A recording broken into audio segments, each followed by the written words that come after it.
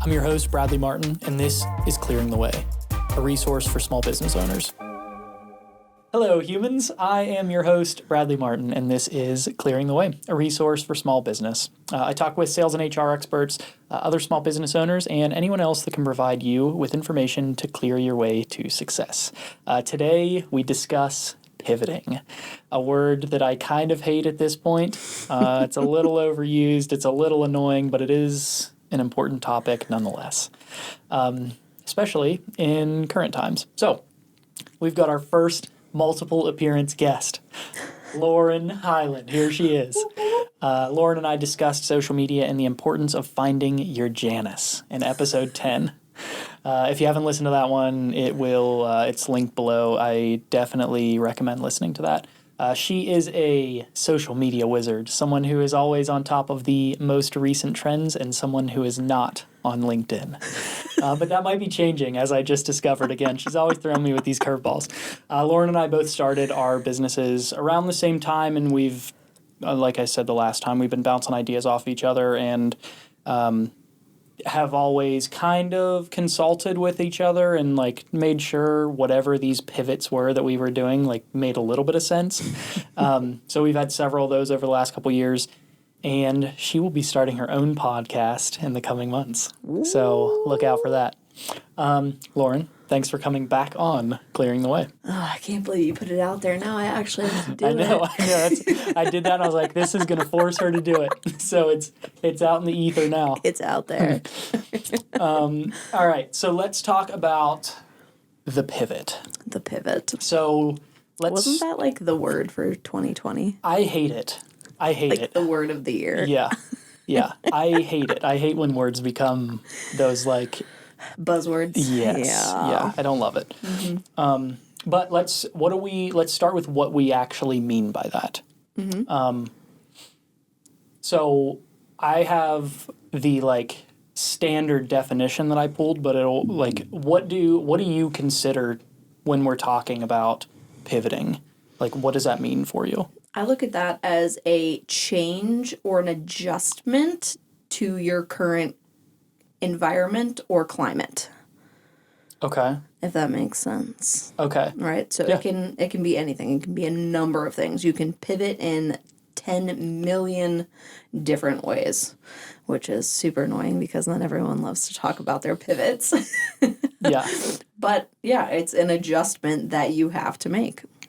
Yeah, and it's some of that can be, I always consider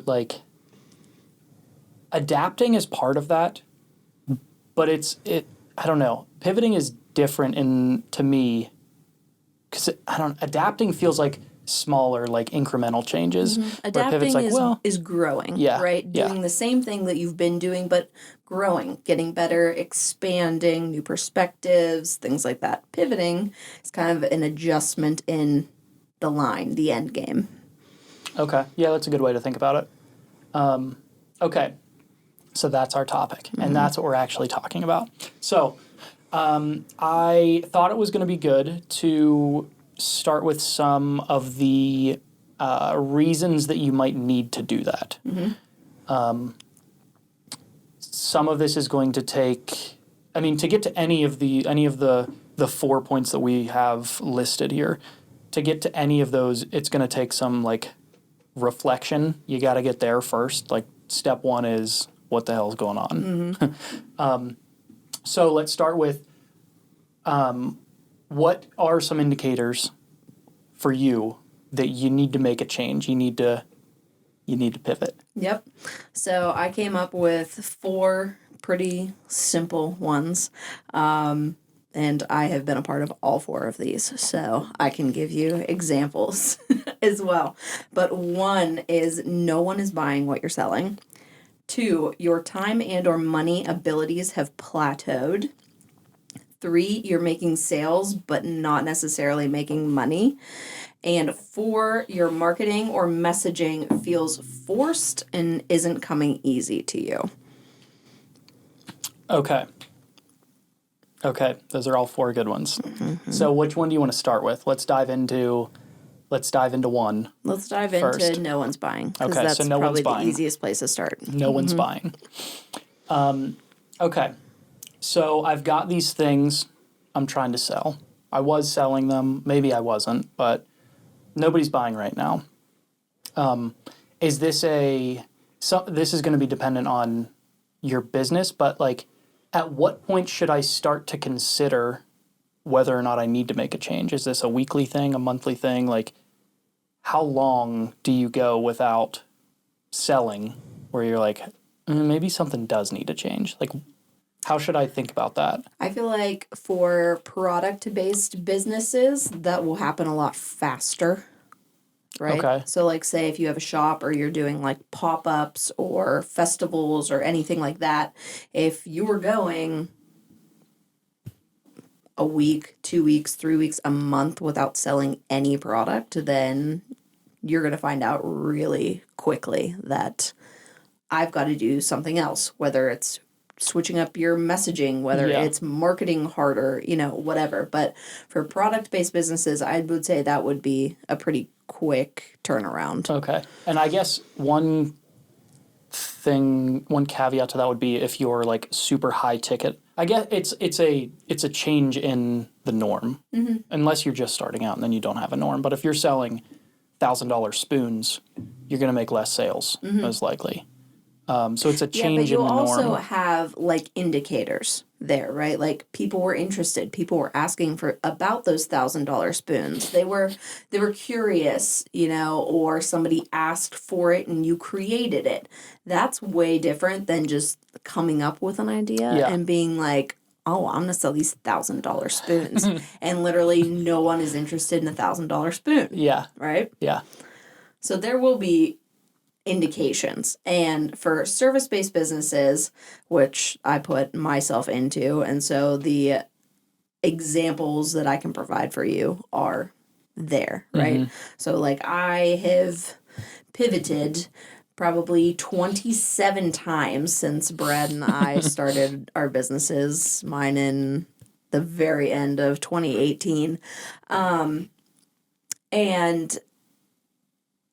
I thought, oh, I have great skills in this one area, right? Like I'm really good at mindset and I'm so into it, and emotional intelligence. And literally that's been a lifesaver for me as a mom and a wife and a coach. And when I was playing sports, like people need this, right? Like I'm like, this was transformative for me.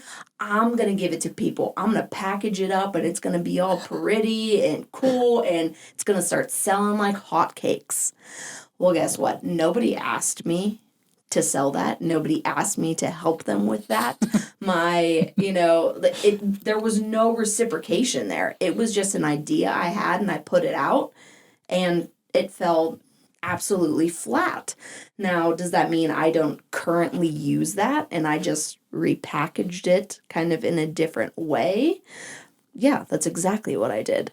But on the start, I thought this would be such a great idea and everyone needs this, but the idea was not validated by someone other than me, which is the problem. How quickly did you adjust from that? That one took me about 6 months. Okay. That's a long time. Yeah. That's a long time. Mm-hmm. Well, I was also a mom, so I was only this wasn't like a 40-hour a week job, That's fair. So you can probably close that up to about 2 months if you were working on something consistently like that in the service industry. How did you get to the point where it was like, yo, I actually need to make it? Like, obviously nobody's buying, but like something had to have flipped, or you had to have done something that made you realize like, oh, this is like, I actually do need to change here. Mm-hmm. Was there what happened there? Yeah, so in the service industry or like the online digital media marketing, you do a lot of things like free challenges or freebies, things that you can give out and do. And what I was noticing was I was getting a bunch of people into the free parts of the program, but no one was willing to purchase. So I knew it was something that was like interesting, that people were interested in, and, you know, my pain points were their pain points, but not enough to purchase just that. Okay. So I start combining that with other things. And I'm like, okay, well, how can I create something? Maybe I'll create a coaching program where I can bring my marketing expertise and combine it with these things that I know are going to help people, right? It's also a little difficult when you're trying to sell something that is not tangible. So there's a much longer learning curve there, a much broader learning curve and selling curve and marketing and everything when it when it comes to that, than a product or like a simple service, you know, like house cleaning or something like that.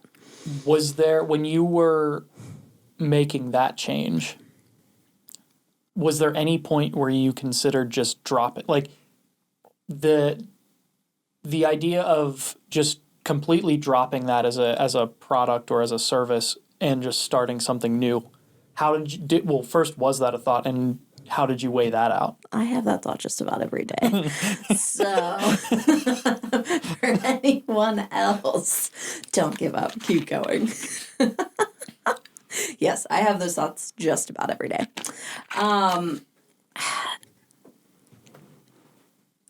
Realistically, no. Because it's something that's so ingrained in me, right? Like something that I use daily, something that I teach and preach about, you know, no matter what section of business or life you're learning or I'm teaching. Like it's always there. Yeah. You know, it's like one of those things, you know, when someone's obsessed with something, they always find a way to work it into a conversation. Like that was it. You know, so it was never something that I thought I'm going to completely remove it, scrap it, and do something else. I needed to find a way to market it. Yeah. Well, and you had people that were interested in the free version. So that's a good, that tells you the interest is there. Just, I don't want to pay for it. Yep, so and I didn't have enough enough in the program or in the messaging or the marketing, whatever, to reel people in. Yeah.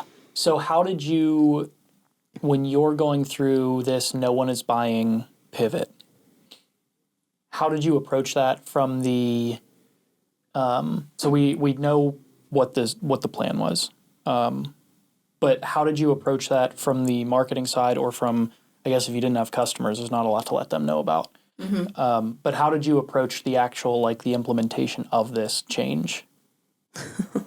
Well, if we're being honest, this same exact pivot happened probably about 5 more times. Okay. In the no one is buying realm until I found something that, people would pay for. It wasn't something that I loved or that I'm currently doing right now, but it was like, okay, people find this annoying and I can do it, so we'll stick with this and we'll earn some money, you know, we'll build that out a little bit so that I can continue to do my research and, you know, figure out where that niche for me was. Okay.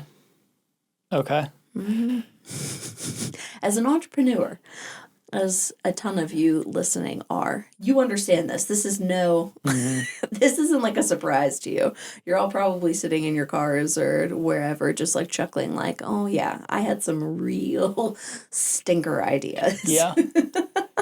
Yeah, well that's like when I started, I wanted to do the process improvement stuff. It's like, well, I don't have it. Like, I don't know what I'm doing. Nobody thinks I know what I'm doing, so I'm going to use websites. I'll use websites, learn how to like work with these people, and then try to do this other stuff. But then that led to pivot, and now here we are.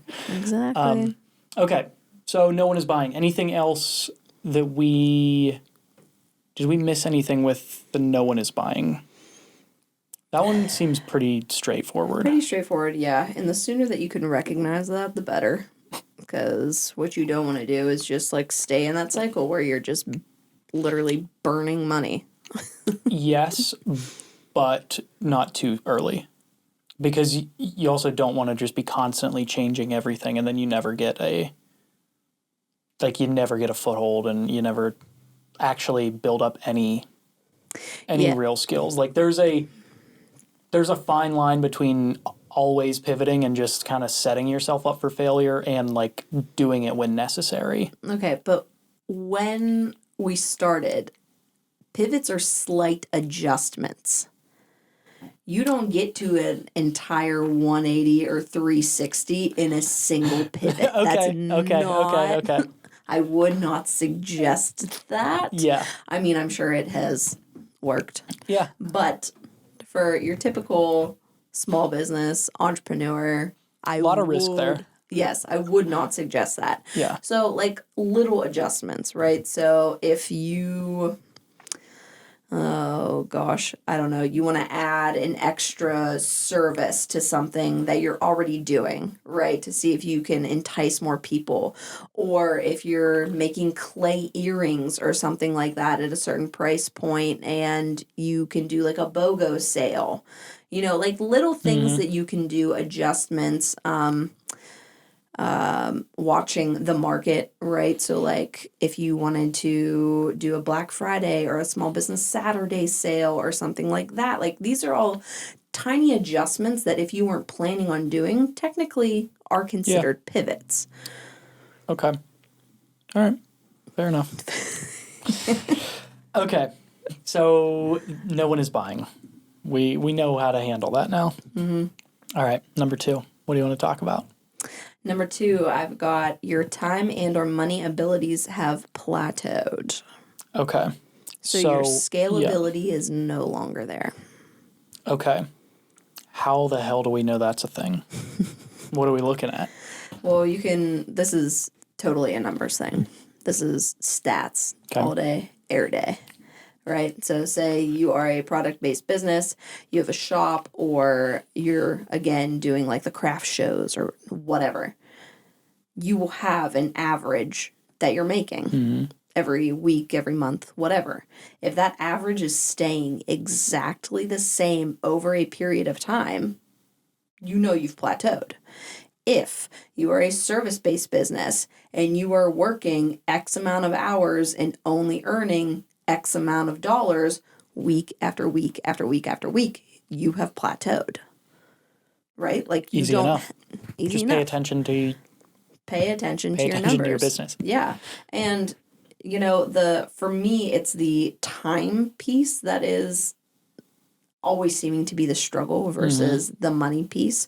How many times do we say, you know, hello parents, I don't have time for this. I don't have time. I don't know when I'm going to fit it in. If you want to be a little better with your words, I don't know how to prioritize X, Y, and Z.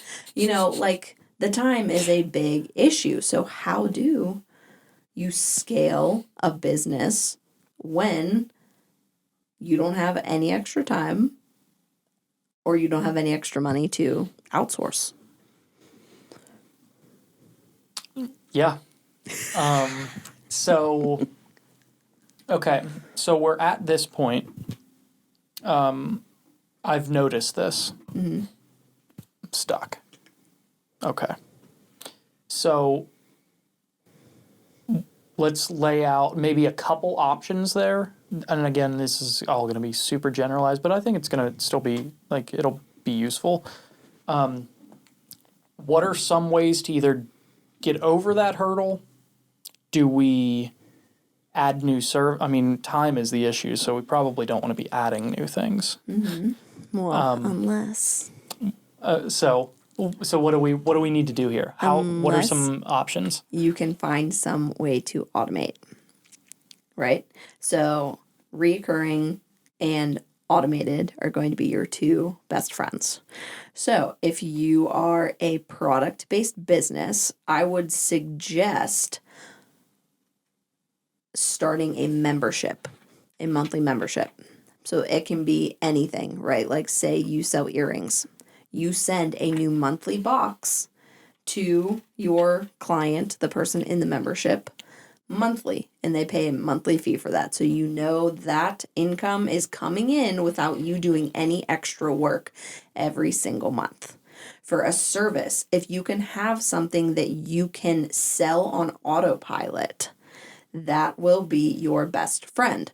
For me, I sell templates or online courses, right? It's something I spend some time upfront doing, and then I just worry about either running the ads to them or just making sure my content is funneling people into those things, right? So I know that is reoccurring revenue monthly that I don't have to put any time forward in. Okay. Seems easy enough. It seems easy enough, but coming up with the ideas is the hard part. Yeah. Right? Like, I mean, you may be sitting here thinking, I'm a product-based business. Like, I don't have anything that I can do a membership for. Yeah. Or it would be too expensive. No one would buy it. Well, tier the membership. Have multiple tiers. Have 3 tiers. Mm-hmm. Do some type of payment plan. Have them pay everything up front instead of monthly. Pay annually. People love to do that over a monthly cost, even if it's the same amount of money, right? Like, there are tons of different ways that you can do this. If you're a restaurant, this is a big one now too. Online courses are so easy for this. Like, literally teach someone how to make your Italian wedding soup. If you don't want to give the recipe, show them skills that they can use in their own home from a, toot your own horn, whatever adjective you want to add, chef. If somebody wants to learn how to make your famous bread that you leave at the table or how you heat it up, like, anything can be created into a digital product. Okay. So that just is going to take the upfront time. It takes the upfront time. It's just going to take time. Okay. So time and money are plateaued. So we need to weed out some time. Mm-hmm. We need to find time. So that's the time side of it. So the automation. That's the time and money. Yes. Yeah.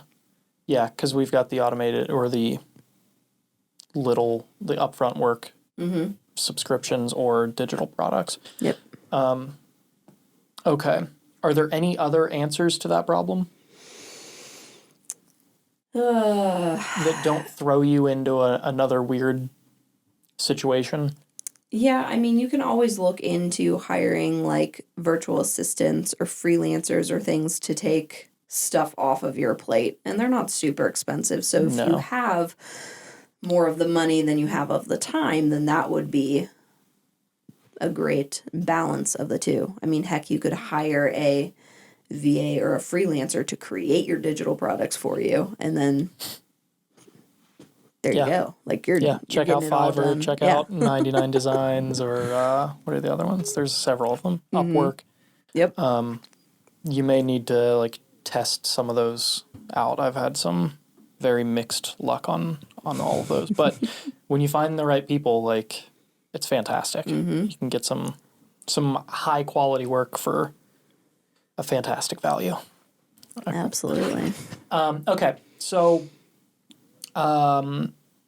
not really anything to any customer interaction when we're dealing with that one. No real, unless you're introducing something new, and then you're just standard marketing and advertising that you've been doing.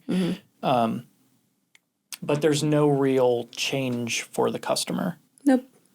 It would just be marketing to them. Yeah. Your new stuff. Making them aware of, hey, we've got new things now. Okay. So anything else with that one? Nope, I think we covered just about all of it. Okay. This video is brought to you by the City of Washington, Citywide Development Corporation, the Washington CDC.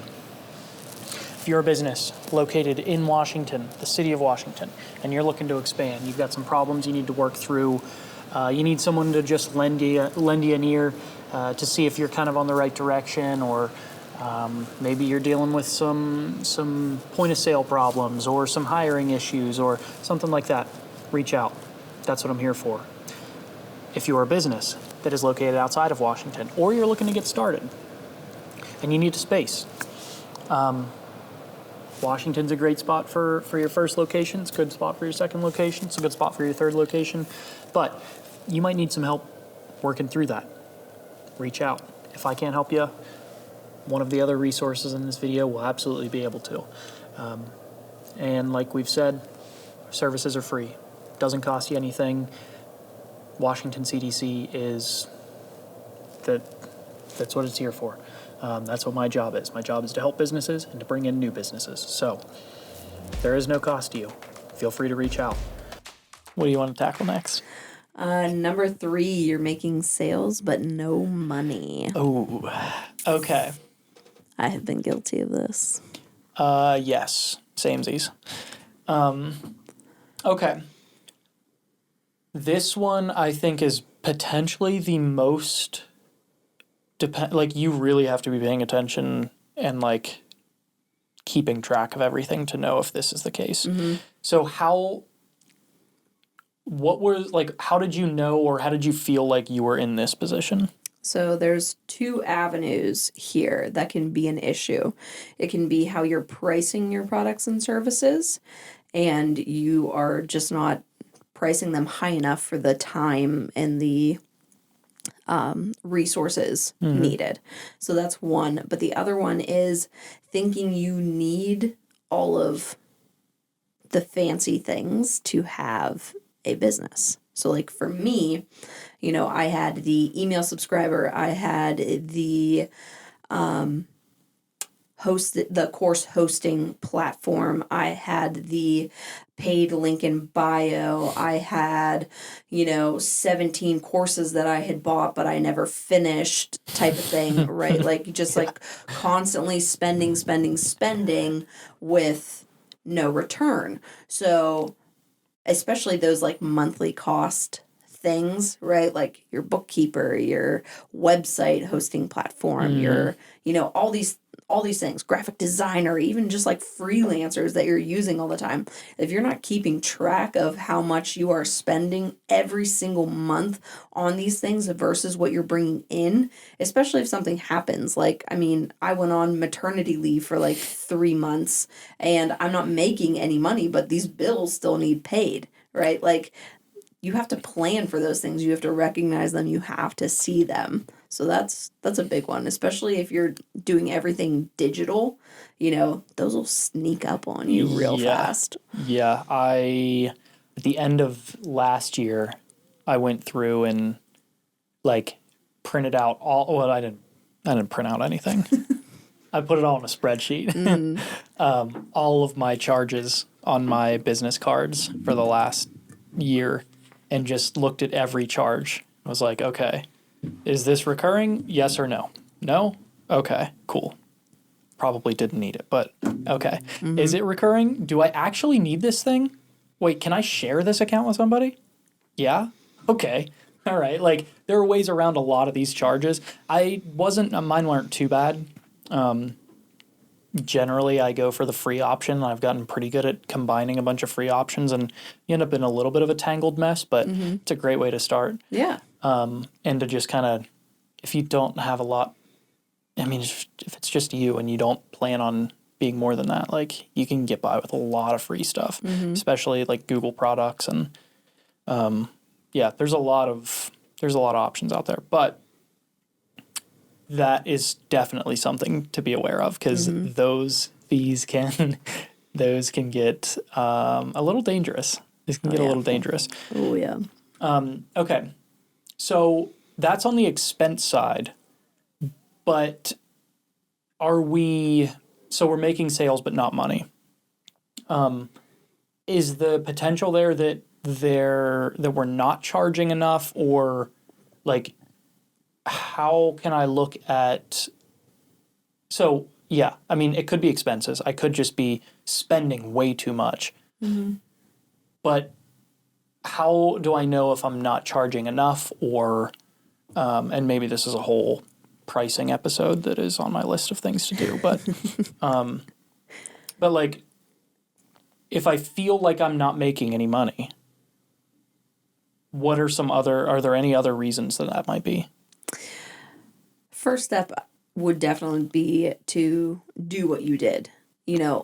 Look at everything you're spending money on. And one, is it necessary? That's obviously your number one question you want to ask. Yeah. But number two, if I don't have this, will it hinder my business? Yeah. If it's a want and not a need, and you're not making money right now, get rid of it. You can always come back to it.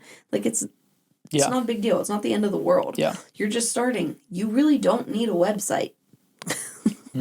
I've told a lot of people that. Right? Like it's, there are so many things, so many expectations we put on ourselves as entrepreneurs and business owners that, I have to have this to look fancy. I have to have this to look like an authority figure. Maybe you think you need to go out and expense an entire new wardrobe change because you need to look a certain part in your video and what you're doing.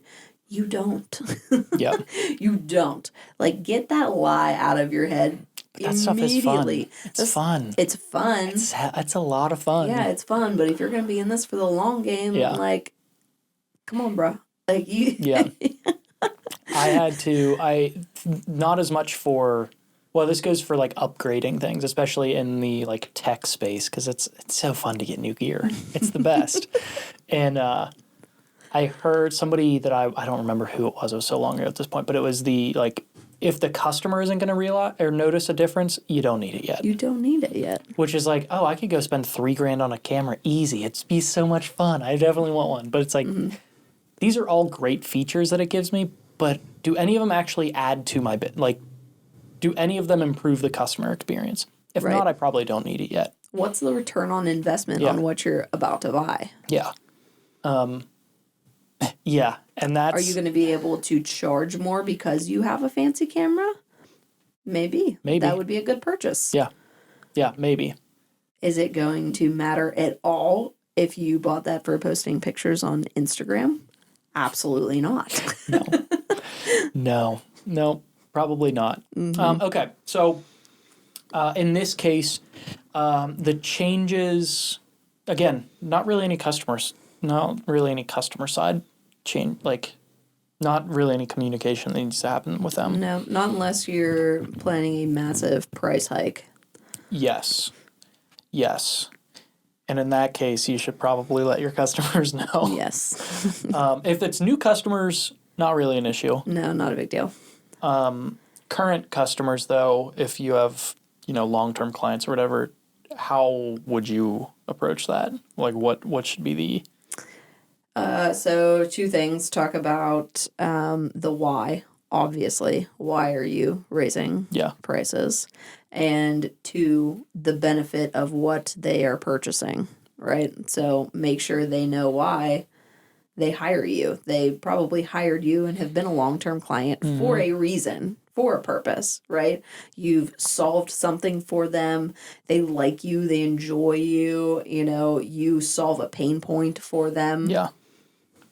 Okay. Talk about that stuff. Yeah. Okay. Yeah, that's easy enough. I think a lot of that is, it's like kind of, it's definitely being transparent. Like if they're your customers, you have to know about the change. I guess you could just do it for new customers and keep old pricing, but that'd be another approach. Yeah, you can absolutely you could definitely do that. Okay. Anything else with that? I don't think so. I think we covered a lot not unless there. you wanted to get into pricing a little bit. Okay. Let's do it. So again, this is a numbers game. How much time are you putting into it, and what is your time worth? You have to take those into account, because the cheaper you want to keep your prices, the more your time is going to be capped. So it's a pendulum, right? Yes. Well, and you can't just say your time is worth a certain amount. There's a way to calculate that. Yeah. Well, and just use your Google device. Like, find people that are doing something similar in a similar area and see what other prices are, and then Yeah. see where you kind of land within those. I mean, Yeah, obviously. what's the industry standard Yeah. for whatever you're doing? Yeah. And if you're way below that and you've been doing it for 10 years, like, you might want to adjust. Yeah. You may want to change that. Or if you haven't changed prices in some amount of time, whether that's a year or 2 years or whatever, like, prices Yeah. are going up. Yeah. And let's be honest, with inflation right now, Yeah. like, your costs are going up. Yeah. Like, you have to make an adjustment somewhere. Yeah. And right now, I think everyone understands that as much as Yeah. they hate it. Yes. Yes. Okay. All right. Last up. Your marketing or messaging feels forced and doesn't come easy to you. Okay. Okay. And doesn't come easy to you. Okay. So this, okay. When I first read through these, I was like, I don't know if I've had that. This is the only one that I didn't think I had. Definitely had this. Okay. So talk through when did you have this? When did this come up for you? And how have you worked through that? Is this an ongoing, like, how have you approached it? I think it's kind of a passion thing, right? So when we talked about, when someone's obsessed with something, they find a way to work it into conversation, right? The same should be said for your business and how you do business. For me right now, it is all about content. I love content creation. I love what we're doing right now, and we're sharing with people and we're giving our advice and our expertise. And, I know all these little tips and tricks to be able to help you grow your audience and your following, which will then help you scale and grow sales and all this stuff. Like, that stuff is fun for me. Yeah. It lights me up. It's easy for me to talk about and to find, those pain points. Like, do you struggle with getting eyes on your stuff? I know how to fix that. Yeah. Like, it's something that comes easy. But if you are no longer passionate about what you're doing, or you are just money minded, you're doing it for the money and not for, like, the passion or the service or the help, you're really going to be struggling here. Because you can, people have done that and made a crap ton of money, but you could make way more if you were passionate about it, right? Yeah. Well, if you're the only one, it becomes easier to sell that thing if you're bought in. Like, if you're not bought into something, it's very difficult to sell it. Yes. Very difficult to sell. If you don't believe in your own product, which you can overcome that by having somebody else on the team that does. Like, if you've got somebody else, you can sell the shit out of it. Yeah. But, yeah, when we're just a loner, or you're just starting out and you only, you've got employees, but you don't really have anybody that is kind of working on, like, long-term strategy or anything with you. Okay. So that is an indicator. So when did you run into that, and how did you deal with that? I run into it constantly. Like, I'm in a season of life right now where I'm just tired all the time. So being, like, super hype about stuff isn't coming very easy to me in this season, but, so that's always a thing. If you don't know, I have 2 kids and I have a almost 6-month-old now, and I'm tired. So 3 kids? She has 3 kids? That wasn't clear. Tired. Yeah, so, and when we were talking about the whole mindset piece earlier, I think it was the no one's buying. My messaging was good, but it was all based on, like, my experiences, right? Like, this is how I overcame, this is how I did this, which is great. But if you aren't hearing that that's someone else's pain point, it's not going to translate. So then I had to start pivoting that messaging and that system, and, like, okay, I can still pull this information. I can still use these terms and this terminology and stuff, but I need to add it to a bigger picture, right? So like if it was going to be the coaching thing, like, okay, we are going to get your business right and you're going to feel good about it. And you're going to have clarity and, you know, like all the emotional and the mental buzzwords, right? It still works. But if you aren't bought into the vision, if you aren't bought into the product or service or whatever it is, like that's not going to come across. You're literally going to be like reading a sales script. Like, would you please buy my product? It is really good. It will help you do this. It will help you learn this. Like no one is going to buy that. Yeah. No one's going to buy that. So if it feels forced, you need to find a way to bring it back home. Bring it back to something you like and are passionate about. Yes. Or get others to do it for you. Yeah, Which but it's even still then, like it's still tough to that'll lead you into the plateau. Yeah. Because what are you going to do? You're just going to have to keep hiring more people that are bought into your vision Just that you don't even have. Like, I mean, it doesn't it's a actually trickle solve down thing that you're going to shoot yourself in the foot for. Yeah. I mean, like with you, were you passionate about websites in the beginning? No, they were a way to get to learn about businesses. That was it. Exactly. And now I'm finally to a point where it's like, well, I don't think I'm really taking on any new ones. And that's fine. Like, I know what that's going to do to my business, but it's something that I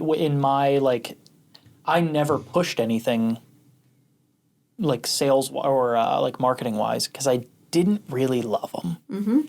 I didn't really love it. And like, I knew I did pretty solid work, but like, I didn't really love them. So it makes it really difficult, at least for me, to go out and like, I'm not a salesperson. Yeah. It's like, I can either show you something and tell you why it's good. And if it doesn't resonate with you, like I'm not selling it. I just don't want to work with you. Yeah. Like that's it. So if I'm not bought in to websites, like I'm not going to be able to sell the shit out of websites because I don't want to. Exactly. Yeah. But here we are. I know. And this is what makes, like, I always knew I was going to be an entrepreneur. I always knew it. Knew it in my bones. I was probably 12 the first time I said that I was going to own my own business one day, right? Like, it's always been there.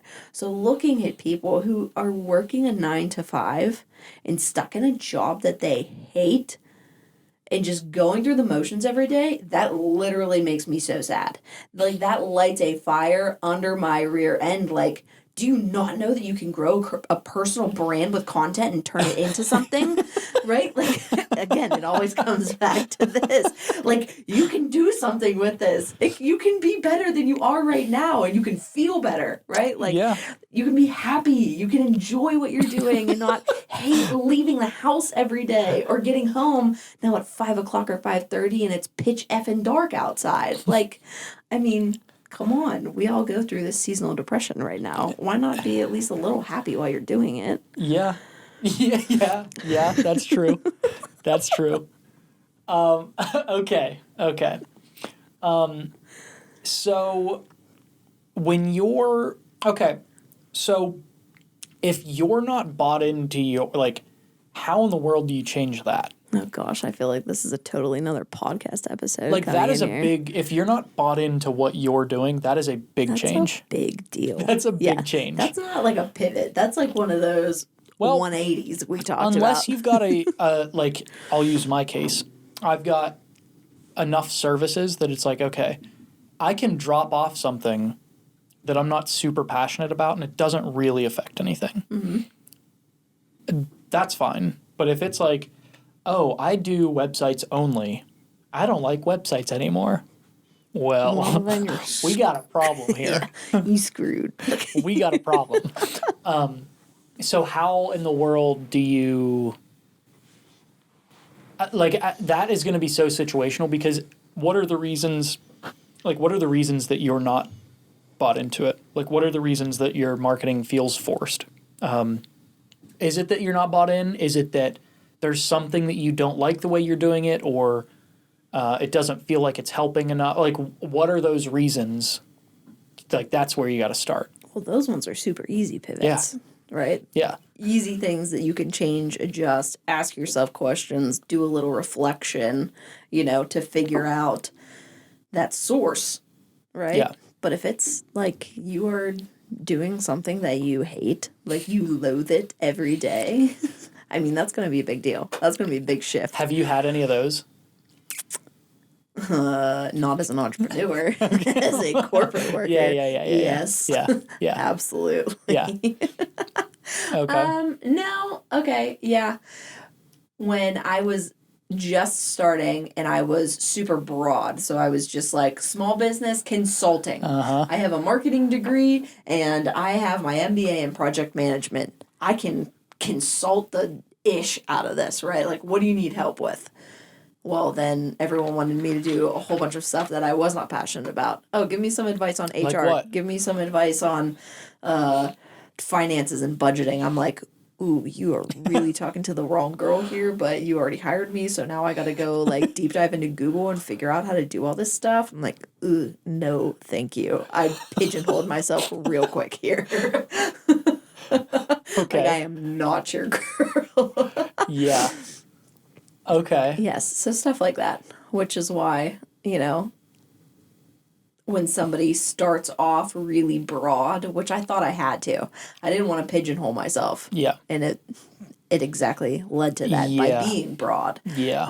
Everyone is special. Everyone has gifts. They're probably so innate and ingrained in you that you don't even realize that they are, right? Like, a couple things that you can do to find that are, ask someone close to you to describe you in 3 words. What would be the 3 words that someone would describe you? Your spouse, your mom, your dad, your best friend, your brother, sister, whatever. How would they describe you? Okay? And then think about, what do people ask you for? What do they ask your advice on? What do they ask to bounce ideas off of you? What we're funneling here, right? Like, the broad picture description into what they're asking me to do, and then how can you package that in a way to sell that, to provide a service, whether that's a product or a service or whatever. Like, this is literally entrepreneurship in like a 3-part funnel right here. Yeah. Okay. And if it's with something you're currently doing, right? So you need to make like a little shift or a little pivot, like Brad was just talking about. Okay, what are the things that you are not good at, right? Or the things that you just really don't enjoy doing? Get rid of them. Outsource it. Yeah. If you're not enjoying it, I'm assuming that if you're solo, right? If you don't have a team behind you, people aren't coming to you for that thing anyways. It's literally just a resume pad. A business pad, right? So figure out what's that thing that you love doing. That if you had an idea at 10 o'clock at night while you were watching TV, you wouldn't mind going and grabbing your computer and being like, oh, yes, let me outline this right quick, right? Yeah. If you hate what you're doing and you don't enjoy something, you ain't going to go grab your computer at 10 o'clock while you're sitting on the couch binge watching and drinking a whiskey, right? Like, it's not going to happen. Yeah. Yeah. I agree with that. I think I agree with that. Okay. So when you're cutting some of those things out, is that I guess like in my case, for the customer side, nothing changes for anybody because it's just new. It's like, if I'm already working with people, I'm going to keep doing it because I like working with whoever I'm working with, which is the way I've set my stuff up. But new is just like, I have other people. I have people that I reference them to now. How should we be approaching those, like, removal of services, or we're not passionate about this thing, so we've made some type of adjustment? How do we approach that? I would look at your time and money abilities. I would take it back up to that. So is there something that's literally not making you any money that you're offering? it's not going to be a big deal to remove that. Is there something that is like an insane time suck that if you removed it, it will free up hours for you to do the things that you enjoy? Like those would be two very simple starter questions. Okay. Okay. Anything else with, I'm not sold on my own message or my own products. Everything. Everything sucks. Yeah. Well, that's its own conversation. We all have. It's its own creative conversation. Yeah, we all have those days. Don't take one of those days and totally rework your business. I would not suggest doing that. Any of these are kind of like, you got to notice a trend. It's not a one-day thing or a one-week thing. These are statistic based. Yes. Don't jump to conclusions that are not needed to be jumped to. Like, don't solve a problem that isn't actually there. Exactly. Anything else with any of these that we missed? In the art of pivoting. Don't be afraid to make adjustments. Because if you're just making slight adjustments and it doesn't work out, guess what? You can always just go back. Yeah. You know, these are little things that you can, a lot of these are things like on your end, on the back end, right? To make your life easier, to make it more enjoyable, to make your business scalable, you know, all these things that will bring ease to you physically, mentally, and emotionally. But yeah, don't be afraid to make the pivot. Don't be afraid to make the change. I mean, entrepreneurs, we're risk takers. Clearly. Don't be afraid of it. I guess the bigger the change, the more, like anything, like the bigger that change is, the more research and thought that needs to be put in it. I mean, if it's the matter of like, I don't know what a small change would be, but I'll just leave it at that. Like the bigger the change, you got like be more clear on what it is that you're doing and how it will affect everything. Because you don't want to just be changing and making things worse. You don't want to make things worse. Yeah, just adding another problem for yourself. Yeah. Know your business, know your stats. Yeah. Okay. Anything else you want to add? I think that's it. The 4 indicators when it may be time to pivot. Where can the human beings of planet Earth find you? I am on TikTok and Instagram at the Lauren Hyland. You can find me there for the time being. And those have all my links in them. Yes, the links will be down below. Thank you for coming on. If you have any friends that you know are struggling and they need to pivot, let's slide a little hint. Share the episode with them. And we've got some new videos coming out. But subscribe, do all the things, share it with your friend that needs to make some adjustments, and I'll see you next time. Thanks.